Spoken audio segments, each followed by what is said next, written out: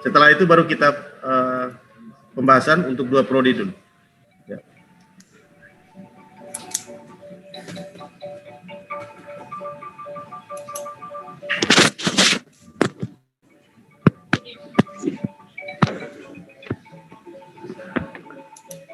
Baik, kedengaran.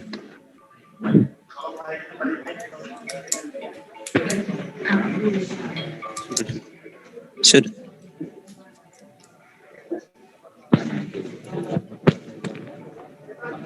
Kalau ngatur baik, oke Pak.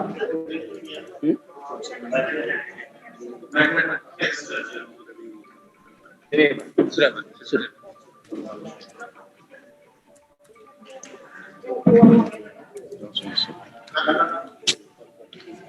Baik, terima kasih atas kesempatan yang diberikan. Kami dari Prodi Kimia, saya sendiri sebagai Ketua Program Studi dan 2 teman saya yaitu Ketua Panitia Pak Jeffrey Preson dan Sekretarisnya Ibu Risna Adung. Selanjutnya kami akan memaparkan sedikit terkait dengan pekerjaan kami mulai dari perencanaan, penyusunan sampai hari ini kita presentasi. Untuk kurikulum yang sudah kami susun, kurikulum pendidikan tinggi dengan implementasi Merdeka Belajar, dari struktur yang telah kami susun ada sekitar 286 halaman, tetapi isi kurikulumnya sekitar 60 halaman, sisanya itu RPS.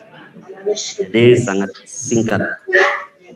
Lalu yang berikut itu.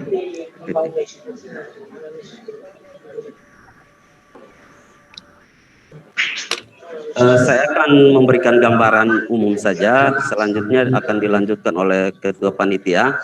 Di sini struktur kurikulumnya kami ada 8 bab, mulai dari identitas prodi, landasan, rumusan sampai RPS.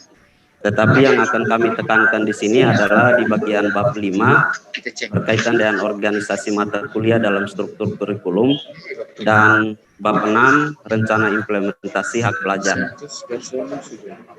Ya, selanjutnya kita masuk sedikit ke identitas. Next. Ya, dari identitas ini seperti prodi lain sama. Hanya yang kami tambahkan di sini adalah setelah tujuan ada strategi.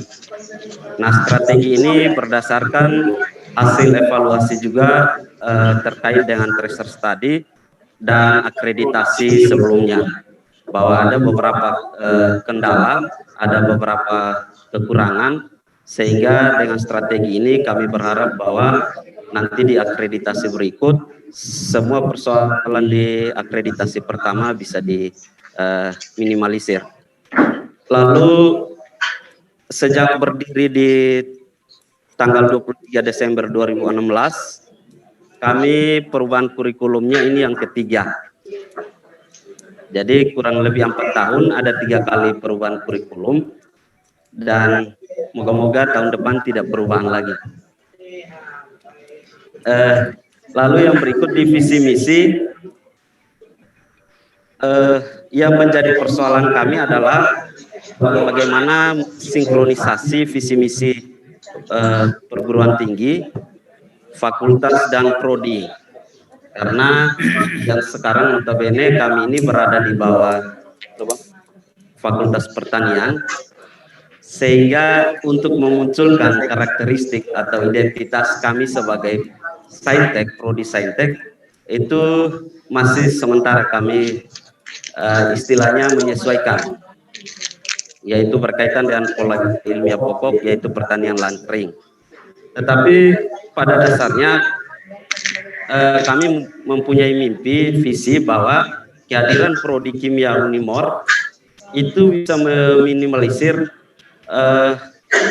kendala atau kekurangan pengembangan pendidikan sains dasar di daerah perbatasan, terutama di Pulau Timur ini. Itu yang pertama. Lalu yang kedua, kehadiran kami juga bagaimana lewat riset kami bisa mengeksplor sumber-sumber daya alam lahan kering, baik itu di daratan secara organik maupun anorganik, maupun prospek kelautan, karena sumber daya laut kita sangat kaya, tetapi eksplorasinya secara ilmu pengetahuan, inovasi belum. Itu mimpi kami, sehingga di sini misinya cukup 3, ada misi pendidikan, misi riset, dan misi pelayanan atau pengabdian. Lalu tujuannya ada sekitar 5, strateginya ada 4 di sini. Strategi ini kami susun seperti yang tadi saya sampaikan, bahwa kualitas dan kuantitas dosen di prodi itu masih kurang, sehingga kami berusaha meningkatkan dengan studi lanjut di tahun-tahun mendatang. Mungkin tahun 2021 ada yang akan kami kirim. Lalu peningkatan jabatan fungsional dan pelatihan-pelatihan. Lalu Satpras, kami berharap laboratorium terpadu itu bisa ada, sehingga yang tadi eksplorasi sumber daya alam lahan kering itu bisa kami lakukan lewat laboratorium. Lalu ada peningkatan kualitas dan kuantitas penelitian. Banyak penelitian yang kami dapatkan di DRPM Dikti dan LPDUM untuk tahun 2020, dan itu eksplorasinya mulai dari yang di darat maupun di kelautan. Misalnya di kelautan kemarin kita ada antibakteri yang khas dari laut kita yang bisa dimunculkan untuk menyelesaikan persoalan kesehatan. Lalu dari sisi pangan sendiri, dengan mata kuliah yang kami munculkan nanti, sekiranya bisa mengurangi persoalan gizi buruk dengan inovasi pangan lokal yang kami lakukan lewat mata kuliah dan program-program. Itu beberapa. Lalu berkaitan dengan masalah air juga ada inovasi alat untuk pemurnian air, sehingga kehadiran kami ini bisa menyelesaikan persoalan-persoalan di masyarakat. Lalu yang berikut, ya untuk kurikulum ini sendiri, sebenarnya idealisme kami itu sangat tinggi.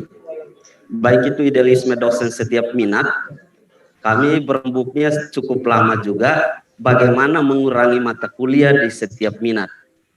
Ada yang tidak mau, ada yang mau, dan dengan kerelaan dan sedikit menurunkan ego, akhirnya kurikulum ini bisa kami susun dengan menghilangkan beberapa mata kuliah yang ada sebelumnya.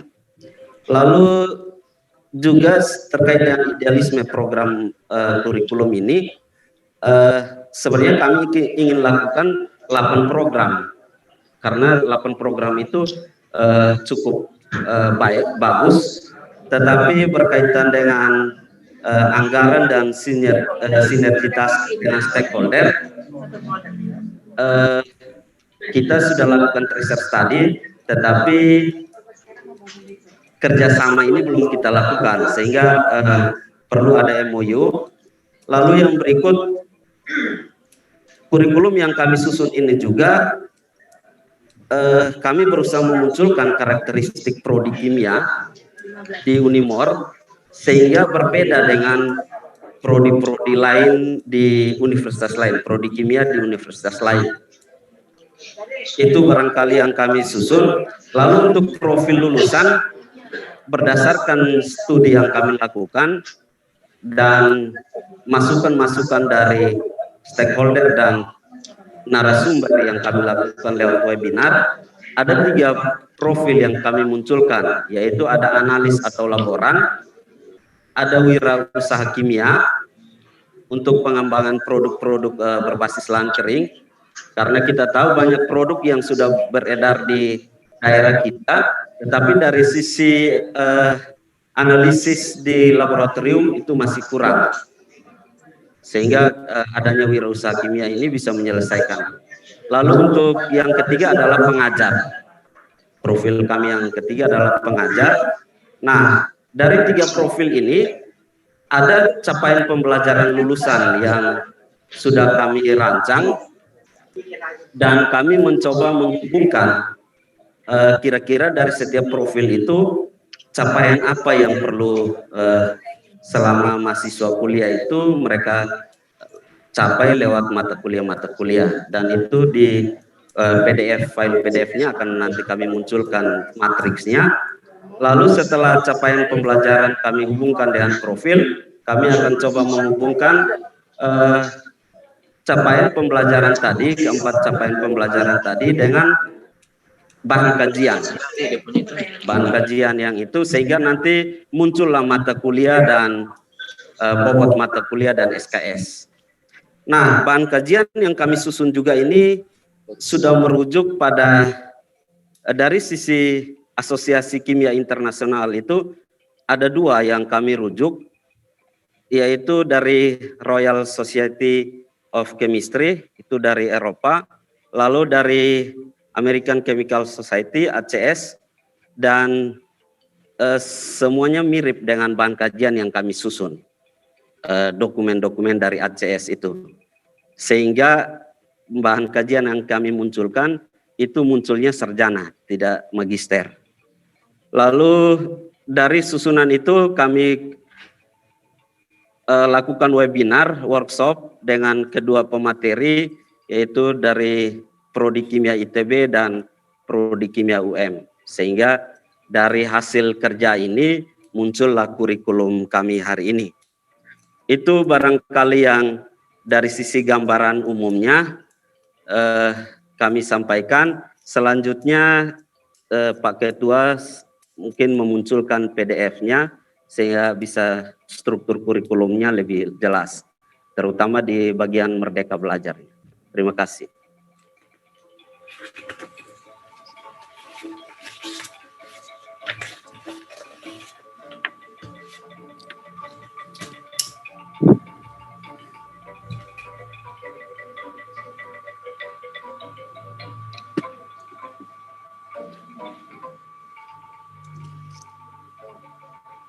Baik, terima kasih Pak Sefri selaku Ketua Prodi Kimia Unimor. Dan selamat pagi Pak Didik, selamat pagi Pak Yos, dan selamat pagi Bapak Ibu semua yang ada di ruangan ini. Saya mencoba mengajak Bapak Ibu sekalian untuk sedikit jalan-jalan ke kurikulum kami. Ini adalah cover, kemudian bab 1, isinya identitas prodi, kemudian bab 2 tentang landasan, ada peraturan-peraturan di sana, kemudian bab 3 rumusan standar kompetensi lulusan, tadi sudah disebutkan oleh Pak Sefri bahwa kita punya 3 profil lulusan, kemudian sampai pada CPL, kemudian bab 4 itu kita membuat penetapan bahan kajian. Di sini ada matriks bahan kajian dengan CPL-nya.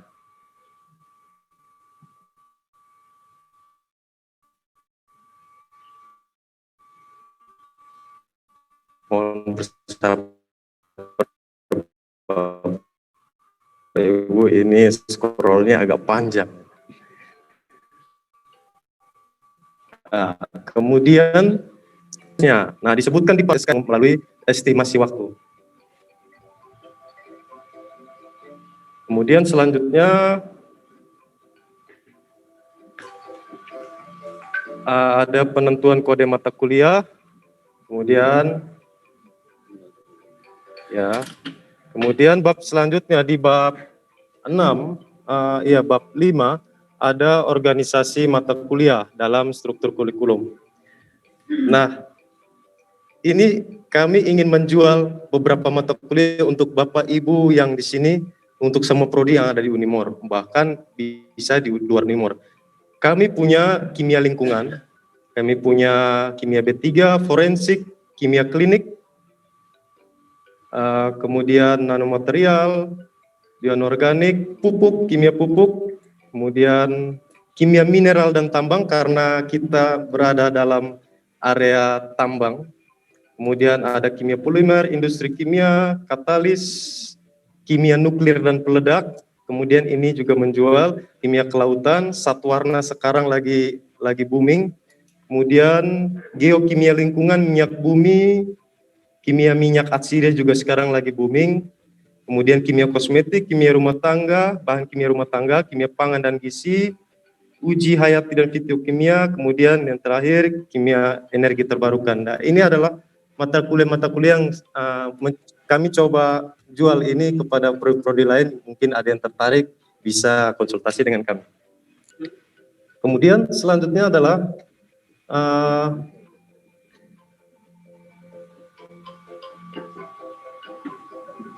ya, ini adalah implementasi bab yang ke-6.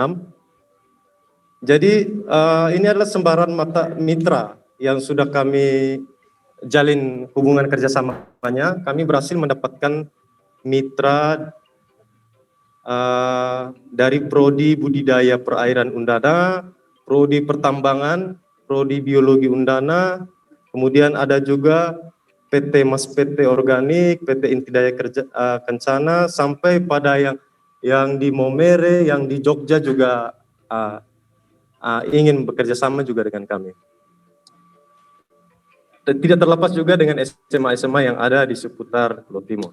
Kemudian ini mekanismenya, kami mengambil 4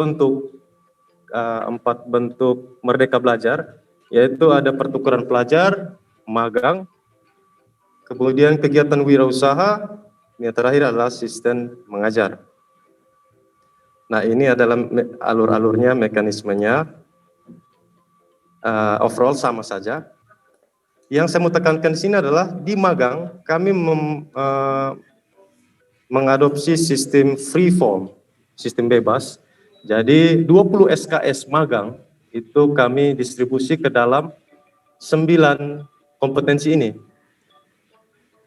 Contoh, kemampuan merumuskan masalah itu sebanyak 2 SKS. Begitupun asistensi mengajar juga kami distribusikan ke dalam 8 kompetensi ini.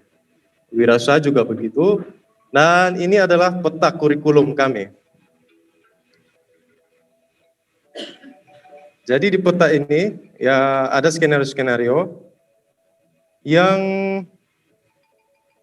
skenario A itu adalah sebaran mata kuliah wajib per semester. Jadi semua semester ada mata kuliah wajibnya kecuali semester 6.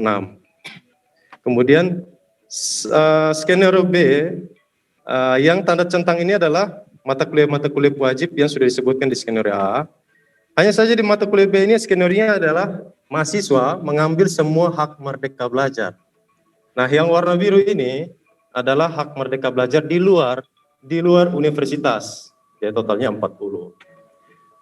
Kemudian yang merah-merah ini adalah mata kuliah yang merdeka belajar di dalam universitas. Jadi kami sengaja membukanya di semua semester untuk di dalam universitas, itu di semua semester, kecuali di semester 1 dan 2. Di semester 1 dan 2 itu mahasiswa baru, jadi mungkin butuh penyesuaian, jadi kami buat saja paket, tidak boleh mengambil merdeka belajar di situ. Kemudian kenapa kami taruh di semua semester? Karena kita memberikan sebebas-bebasnya kebebasan mahasiswa untuk memilih. Karena mungkin dia punya kendala, misalkan saya usi program ulang, atau ada mata kuliah di tertentu di prodi lain, itu tidak muncul di semester ganjil misalkan. Maka kami sediakan semester ganjil dan genap di semester apa saja. Tetapi dengan asumsi maksimal berapa SKS yang diambil. Intinya kumulatif dari semuanya adalah 20 SKS yang di dalam universitas. Nah, C, D, dan E itu hanya skenario tambahan, ya, itu hanya mix atau hybrid. Tetapi apa yang unik dari peta ini? Yang unik adalah pertanyaannya adalah begini. Apakah bisa dengan peta seperti ini mahasiswa lulus di semester 7? Bisa. Jawabannya bisa. Kenapa? Karena kami membuat peta ini fleksibel, se-fleksibel mungkin. Contoh, di semester 7, ini ada 4 mata kuliah wajib. Dan juga semester 8 ada 4 mata kuliah wajib. Tentunya kalau ada mata kuliah wajib di semester 8, maka mahasiswa pasti harus mau tidak mau lulusnya di semester 8. Tetapi empat SKS di semester 8 ini bersifat movable, jadi bisa dipindahkan di mana saja, di semester ganjil ataupun genap, jadi bisa dipindahkan semester 7. Nah, kalau misalkan mahasiswa tersebut ingin lulus di semester 7, maka 4 SKS semester 8 ini kita pindahkan ke semester 7. Maka totalnya adalah 20 SKS Merdeka Belajar ditambah 8 mata kuliah wajib. Totalnya adalah 28 SKS. Nah, itu tidak mungkin. Dalam satu semester kan mahasiswa harus maksimal 24 SKS. Nah, di sini kita punya permainan, kita punya trik di sini. Nah, mahasiswa harus memilih. Kalau dia mau lulus cepat di semester 7, maka hak 20 SKS Merdeka Belajar di luar universitas tidak dipakai. Sisanya mungkin pakai untuk program mata kuliah kita yang ada di dalam prodi, mata kuliah pilihan. Nah, kalau misalkan dia ingin mengambil mata kuliah di luar Universitas Merdeka Belajarnya, ini 24, maka konsekuensinya 4 SKS-nya ya tidak bisa dipindahkan ke semester 7, harus di semester 8. Karena maksimal mahasiswa hanya bisa program 24 SKS. Baik Bapak Ibu, saya kira itu presentasi dari kami. Ini bab 7 adalah manajemen dan mekanisme pelaksanaan kurikulum. Di sini ada manajemennya, alur-alurnya, bagaimana kualitas dan mutunya dipertahankan. Kemudian ini adalah RPS. Ya, RPS ini yang membuat kurikulum ini menjadi 286 halaman. Baik Pak Didik dan Pak Yos dan Bapak Ibu sekalian, terima kasih. Inilah hasil penelitian, presentasi kami. Terima kasih. Baik, Pak Sefri dan teman-teman di Prodi TI, Kimia ya, mohon maaf. Kita beri aplaus untuk tim dari Prodi Kimia yang sudah mempresentasikan dokumen kurikulum Merdeka Belajarnya. Kesempatan saya berikan kepada Pak Didik selaku narasumber untuk memberikan masukan-masukan terkait dengan perbaikan paparan tadi. Silakan Bapak. Terima kasih Pak Yos. Selamat pagi Bapak Ibu sekalian. Sangat menarik. Sebentar.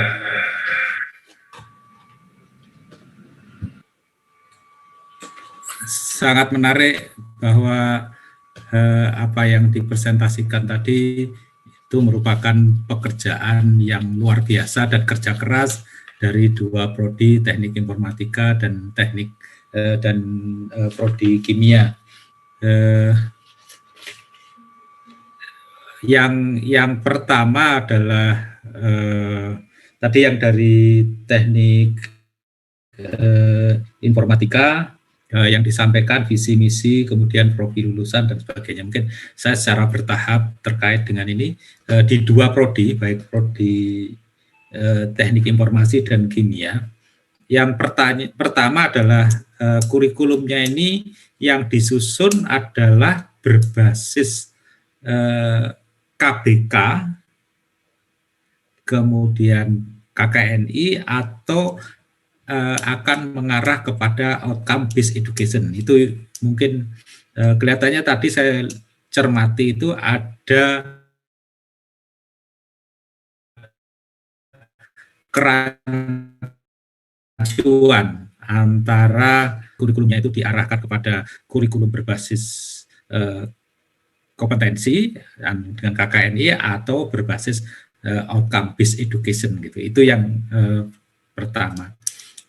Kemudian yang kedua dari Pak Yos sebagai ketua LP3M-nya, apakah sudah ada template bahwa bagian isi-isi yang disusun di dalam menyusun kurikulum itu sudah ada template atau tidak, sehingga masing-masing prodi itu di dalam menyajikan dokumen kurikulum itu kalau ada template maka bagian-bagiannya itu akan sama gitu.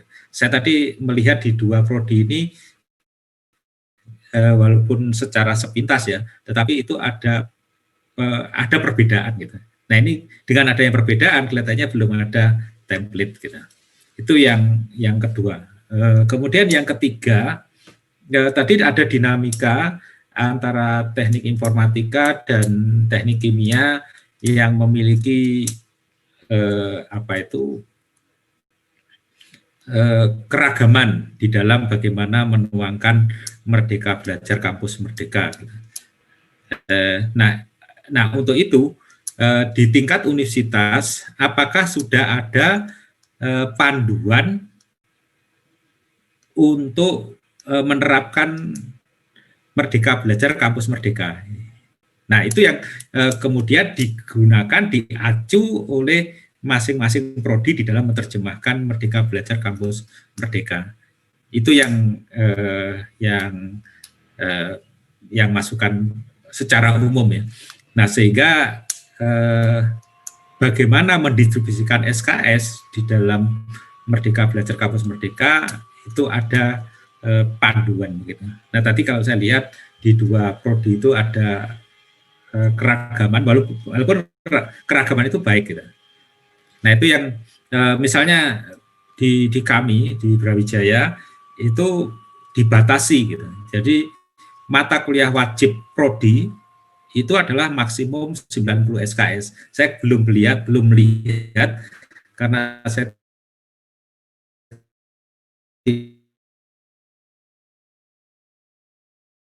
tidak bisa melihat struktur kurikulum wajibnya gitu. Itu yang perlu dicermati. Tadi misalnya dari dari kimia itu agak sangat sulit. Apakah suara kami bisa didengar? Mohon maaf. Bisa Bapak. Oke, makasih. Ya, saya khawatir tidak bisa didengar. Misalnya di prodi kimia tadi misalnya ada tarik ulur mengurangi mata kuliah itu menarik gitu ya. Artinya persepsi saya itu ada batasan bahwa SKS wajib prodi itu sekian SKS. Kalau di Brawijaya itu adalah 90 SKS, itu adalah wajib prodi. Nah, kemudian cara membaginya yang di teknik kimia tadi menarik, ada dinamika begitu ya, diberi pilihan-pilihan dan memang tidak semua prodi itu wajib menerapkan 8 proses Merdeka Belajar gitu. Seperti contohkan di prodi kimia tadi mengambil 4 saja, itu ya sah-sah saja. Itu yang nah, kembali kepada kurikulum, mungkin mohon dulu dijawab dulu Pak Yahya, yang apakah ini kurikulumnya itu dirancang untuk kurikulum berbasis kompetensi, kemudian berbasis KKNI, atau outcome based education. Itu dulu mungkin saya ingin,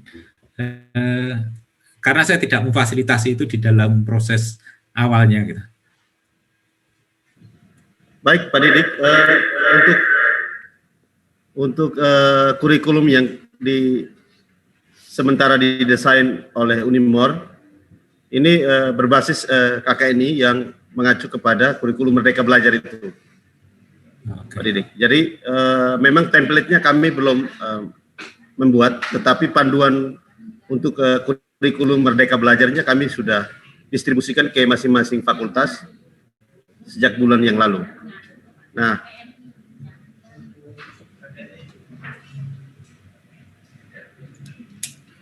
Oke, baik. Saya mendapatkan ide. ya. Nah, masih memungkinkan nggak untuk diarahkan kurikulumnya itu ke outcome based education gitu? Karena BAN PT maupun di akreditasi internasional sekarang ini semuanya mengharap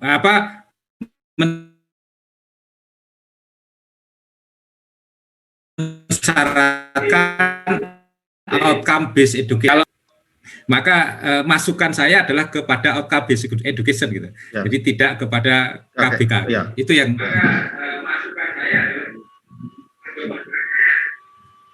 baik Pak Didik, ya. Bisa. Ya, nanti kami akan diskusikan dengan pimpinan universitas. Baik. Ya, karena sekarang ini seperti saya sampaikan tadi bahwa seluruh akreditasi internasional termasuk misalnya teknik informatika itu kalau mau akreditasi internasional kan ke IAB ya, mungkin salah satu pilihannya, atau ke ASIIN dan sebagainya. Nah, maka saran masukan saya adalah sebaiknya semua merancang kurikulumnya pada outcome based education. Ya. Karena Ban PT pun juga mensyaratkan itu. Nah, kalau memang maka kalau saya cermati ya arah daripada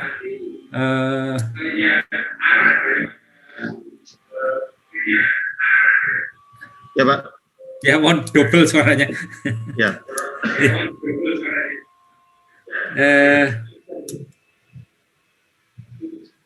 Ya kalau memang arahnya ke outcome based education, kelihatannya ya arahnya sudah ke sana gitu ya. Namun demikian yang pertama itu profil lulusan itu definisi dan proses menetapkannya agak beda dengan outcome based education. Mungkin kalau bagaimana proses menyusun. Jadi menyusun profil lulusan itu secara metodologis, ada secara metodologis step-stepnya. Sehingga yang kalau saya lihat yang tadi itu adalah profil lulusan berdasarkan KBK gitu. Nah itu kelihatannya perlu ditetapkan di dalam profil lulusan. Kemudian yang kedua, saya tadi dari 2 prodi yang dipresentasikan itu belum menyajikan tujuan program studi. Ya, itu yang kedua. Kemudian yang ketiga, kalau memang outcome based education dan akan mengakreditasikan dirinya ke internasional, maka juga perlu ada referensi akreditasi internasional. Walaupun tadi di teknik kimia sudah melakukan benchmarking di Inggris dan di Amerika ya, tetapi mungkin perlu melihat syarat akreditasi internasional. Ya. Nah dari 4 tadi, jadi dari profil lulusan, kemudian dari tujuan program studi harus terukur. Jadi harus ada bukti bahwa tujuan program studi itu terukur. Gitu. Nah, kemudian KKNI, karena kita mengikuti KKNI, dan tadi yang disampaikan itu adalah capaian pembelajarannya adalah atas dasar KKNI. Gitu. Nah, dari kemudian internasional, dari keempat itu, kemudian diramu menjadi capaian pembelajaran program studi. Nah, yang tadi kelihatannya yang masih agak ragu-ragu dari teknik informatika, sebenarnya itu arahnya sudah ke situ gitu ya. Teknik informatika menyatakan bahwa itu adalah capaian pembelajaran program studi spesifik gitu. Nah, sebenarnya itu kelihatannya cara berpikirnya adalah sebenarnya itulah capaian pembelajaran program studi teknik informatika gitu. Nah, umumnya kalau sudah berbasis outcome based education itu capaian pembelajaran program studi yang dirancang secara metodologis itu kira-kira berkisar antara 8 sampai ya 15 16 gitu. Jumlah capaian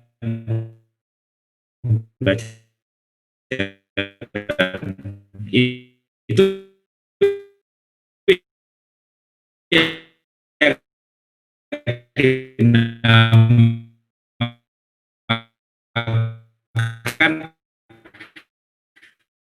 dengan smart yang pembelajaran program studi spesifik, kemudian measurable bisa diukur, kemudian logis kalau itu bisa dicapai dalam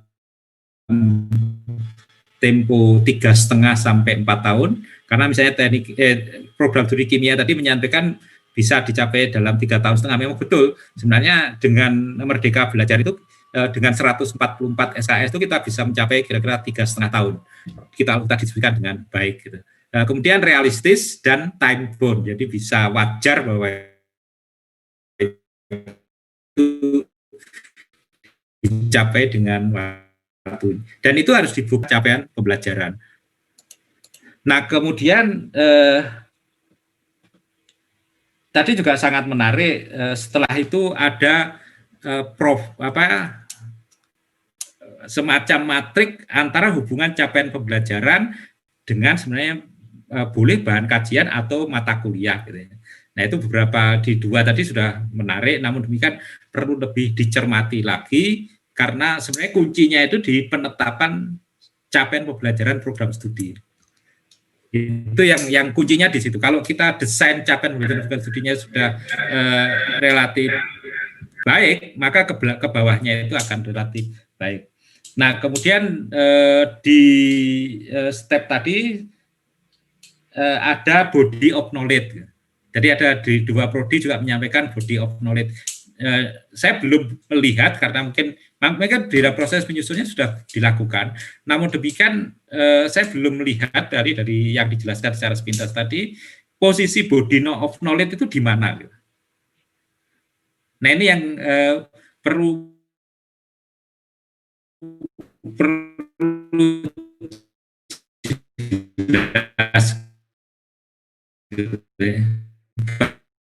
bahwa posisi body of knowledge itu adalah merancang program studi, kemudian step berikutnya capaian pembelajaran studi itu diterjemahkan di dalam capaian pembelajaran mata kuliah. Nah, capaian pembelajaran mata kuliah diterjemahkan lagi di subcapaian pembelajaran mata kuliah yang tertuang di RPS. Hanya kedua-duanya tadi RPS-nya saya belum melihat karena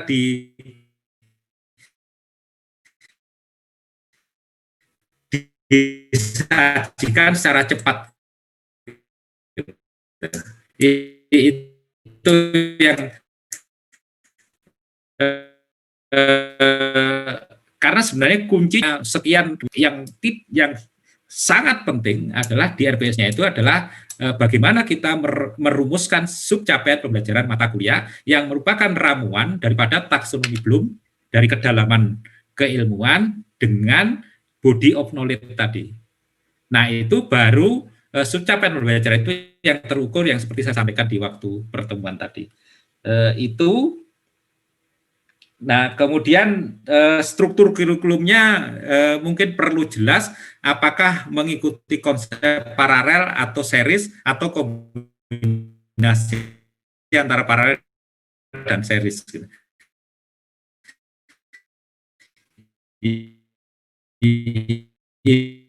Ini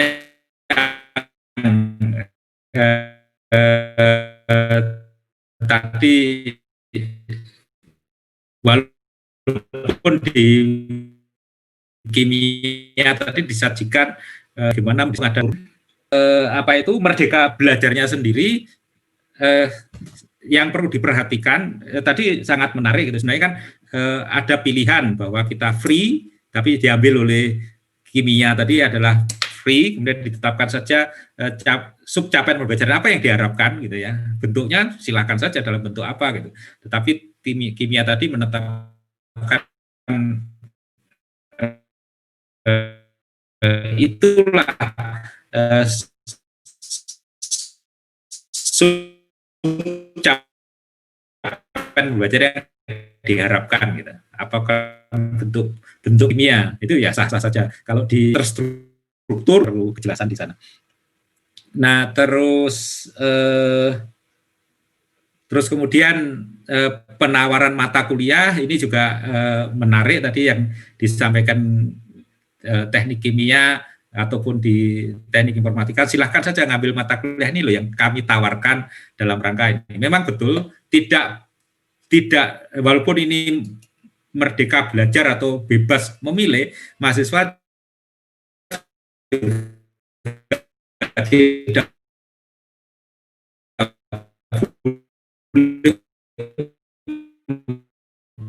memilih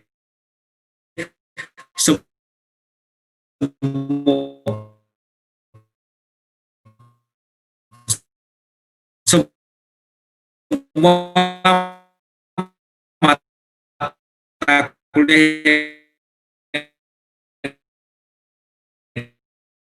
ditawarkan oleh PS gitu. Jadi PS memang harus menentukan bahwa ini yang boleh diambil gitu. Karena kalau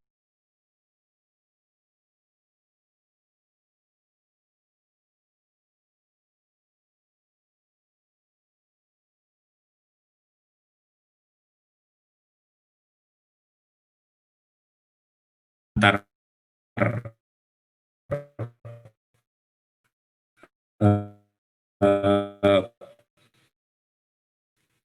prodi yang di dalam kampus, atau kira-kira itu beberapa masukan saya. Tentunya walaupun bebas, juga harus ada batasan-batasan. Itu pendapat pribadi saya, karena kalau semuanya bebas juga tidak nyaman dari pengelola program studi maupun pengelola fakultas. Saya rasa itu yang saya berikan masukan. Nah, tentunya yang tadi, yang RPS tadi yang sangat penting, karena sebenarnya bukti daripada capaian pembelajaran untuk capaian program studi adalah yang diukur adalah di sub capaian pembelajaran itu. Dan saya juga belum melihat bagaimana proses assessment-nya, walaupun di dokumen kurikulum mungkin sudah ada. Saya rasa demikian Pak Yos dan Bapak Ibu sekalian sebagai pandangan. Mungkin ada feedback yang perlu disampaikan. Ya, baik. Terima kasih Pak Didik atas masukan-masukannya yang sangat penting untuk kami bisa memperbaiki kurikulum di Unimor.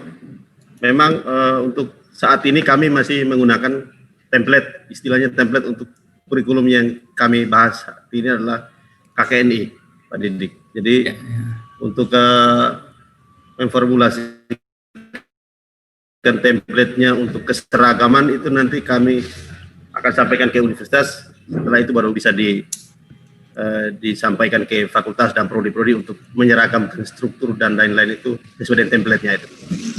Terima kasih Pak Didik sekali lagi kami sampaikan.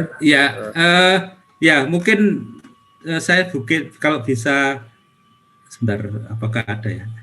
Untuk menyusun template kurikulumnya, mungkin saya akan share screen sebentar Pak ya. Kalau masih ada waktu. Ya, boleh.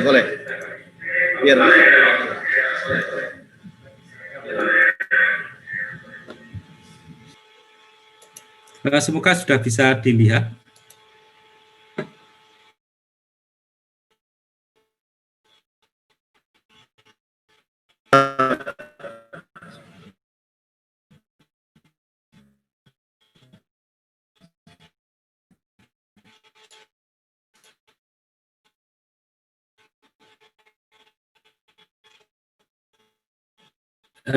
Kira-kira untuk menyusun template kurikulumnya itu mengikuti ini, jadi proses siklus kurikulum, kemudian desainnya bagaimana, evaluasinya bagaimana, dan bagaimana sustainable improvement. Yang di kimia tentang sustainable untuk seluruh prodi yang akan disahkan rektor itu harus mengikuti template ini, jadi kurikulum prodi apa gitu ya, jurusan dan seterusnya. Kemudian di sini ada SK Rektor yang nanti kalau sudah dicek oleh LP3M dan dicek oleh Senat Fakultas, itu akan kemudian Rektor akan menetapkan SK-nya gitu ya. Nah, kemudian tim penyusun kurikulum dan seterusnya. Nah, ini jadi isinya adalah kira-kira spesifikasi program studi, nama program studi, universitas, gelar yang diberikan, jurusan penyelenggara, kemudian visi misi tadi sudah ada, tujuan, filosofi pendidikan, etika akademik, dan seterusnya. Kemudian bagian kedua adalah sistem evaluasi kurikulum dan research study-nya. Tadi juga ada yang dari kimia menyampaikan pernah melakukan research study, kemudian digunakan untuk SWOT analisis dan sebagainya. Kemudian analisis kebutuhan, kemudian landasan perancangan ini, landasan filosofi, sosiologi, psikologis, kemudian rumusan capaian belajar program studi, sehingga kita bisa buktikan bahwa CPL program studi itu disusun secara metodologis gitu. Itu disampaikan di bab ini. Kemudian acuan akreditasi internasional mana yang diacu, kemudian ada SMART analisis tadi, kemudian penetapan bahan kajian, sebenarnya tadi body of knowledge tadi, kemudian penetapan mata kuliah prosesnya bagaimana, dan tadi juga disajikan matrik diskusi mata kuliahnya, struktur dan seterusnya. Kemudian di bagian selanjutnya adalah RPS. Kemudian di sinilah munculnya merdeka belajar gitu, karena sebenarnya adalah bentuk pembelajaran. Nah, kemudian tadi juga disampaikan manajemen dan implementasi kurikulum. Itu kira-kira template yang mungkin bisa dikembangkan. Nah, kemudian satu hal lagi yang saya sampaikan tadi supaya ini bagaimana menyusun RPS menyusun outcome ini apa itu capaian pembelajaran program studi itu yaitu kita harus jelas tujuan program studinya, kemudian akreditasi internasionalnya apa. Nah, yang tadi yang saya sampaikan adalah bahan PT KKNI tadi, sehingga ada sikap, ada pengetahuan, ada keterampilan umum, keterampilan khusus itu posisinya di sini, dan itu masih belum capaian pembelajaran program studi. Tetapi itu adalah bahan untuk menyusun capaian pembelajaran program studi. Kemudian profil lulusan. Nah, dari keempat ini diramulah menjadi capaian program studi lulusan. Ini saya tidak ke sini di tahapan ini, sehingga ini adalah penjelasan metodologi daripada bagaimana menyusun capaian program studi. Saya langsung di bagaimana menyusun yang smart tadi ya Bapak Ibu. Jadi spesifik, measurable, achievable, realistic, dan time bound tadi. Dan nah akhirnya cara menyusun capaian pembelajaran program studi adalah dari keempat ini dipilih kata-kata kuncinya, kemudian diramulah jadi capaian program studi 1, 2, 3, 4, kira-kira 8 sampai 15 atau 16 capaian program studi. Itu yang mungkin ini contoh-contoh yang ada. Saya rasa itu Pak Yus. Terima kasih Pak Didik. Mohon izin kami bisa nanti mendapatkan template tadi ya Bapak, sama materi tadi itu biar kami bisa jadikan referensi. Boleh ya. Ya. Dengan senang hati Bapak, terima kasih. Boleh. Ya. Baik Pak Didik, terima kasih atas beberapa masukan-masukan dan juga sharing pengalaman dan ilmu terkait dengan revisi kurikulum Merdeka Belajar di Unimor. Kita melanjutkan lagi 2 prodi, Bapak. Ya, silakan. Apa bisa? Ya. Silakan. Ya. Baik, saya memberi kesempatan untuk sesi kedua untuk prodi